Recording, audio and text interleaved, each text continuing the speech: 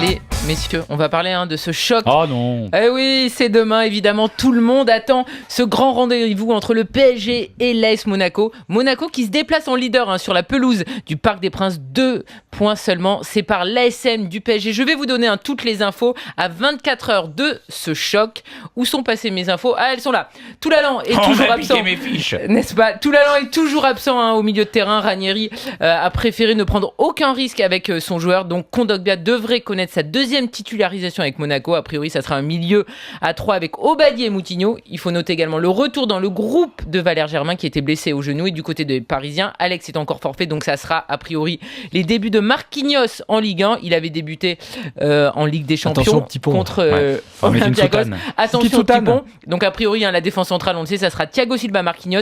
Pastore également est de retour dans le groupe. Et Ménez pourrait jouer ses premières minutes en Ligue 1 cette saison face à son ancien club. Messieurs, je vous pose la question qui tue. PSG, Monaco, qui est le favori ? Flo. PSG. PSG parce qu'ils jouent à domicile, PSG parce qu'ils sont champions de France en titre, parce que le Monaco reste entre guillemets un promu quand même, et une équipe qui, même si elle m'a surpris tout le monde par le fait qu'elle était prête si tôt et aussi homogène, certes. Très bon match à Marseille, certes. Je les ai revus contre Guingamp la fois d'après. On s'aperçoit que sur la totalité de la saison, ce sera compliqué. Donc PSG, si c'est la question, PSG pour moi est favori. Le PSG monte en puissance sur ces derniers matchs, gentiment, pas non plus de manière phénoménale, parce que le fameux match référence, je l'avais dit ici, on avait fait l'after, c'était que Bordeaux en face. Et d'ailleurs, le début du match contre l'Olympiakos, moi, m'a laissé pas mal d'inquiétudes. Mais voilà, pour moi, le PSG est favori. En revanche, je dirais que pour Monaco, c'est un match intéressant à jouer. Ils n'ont pas une pression démesurée. Ils ont réussi leur début de saison. Ils se déplacent au parc.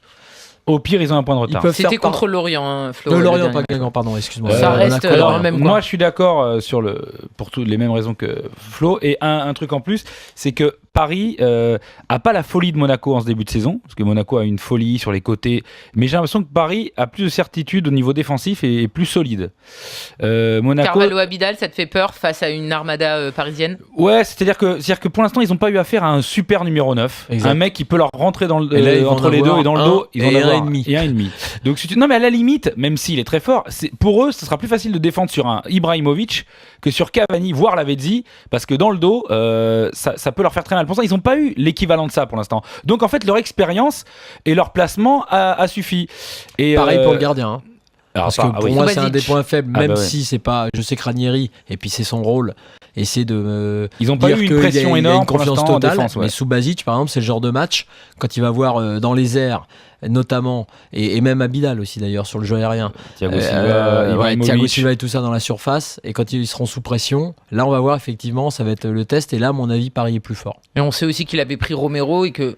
À terme, on imagine que ça sera Romero dans les buts. On va prendre l'avis de Sébastien. J'ai vu un truc supporter de Valdés. Ils sont toujours sur Valdés. Le gardien du Barça. Pour moi, la seule chose qu'ils ont en plus, à part les latéraux qui sont un peu, c'est Moutinho. C'est le poste que n'a pas Paris.